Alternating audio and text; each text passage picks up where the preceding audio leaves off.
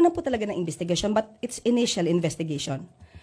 Ang nakikita po, sabi nga po natin, ito ay nag-start noong 2014 at lumalabas po na 90% ay naisagawa ito sa panahon po ni dating Pangulong Duterte. Ang sabi po ay nagkaroon po ito dahil sa mga earthquakes, sa kung ano sa tagal ng panahon, hindi na siya naging matibay at kailangang i-retrofit sa panahon po ngayon. Ang nakikita po so far ay nagkaroon ng under-design.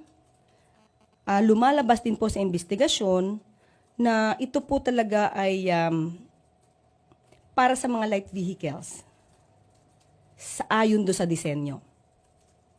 So, lumalabas din po na yung dumaan na truck, 3 po daw yung dumaan na dump truck, puro boulders ang laman, ang karga,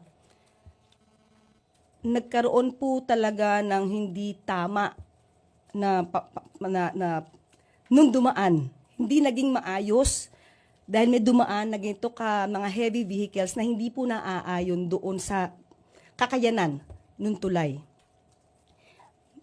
Kaya po, isa sa mga sinasabi po ni Secretary Bonoan ay maaari po, hindi pa po to conclusion, maaari lamang po na mapanagot din yung may-ari nung or korporasyon na may-ari ng dump trucks dahil 3 po ang nasabi na dumaan na sunod-sunod.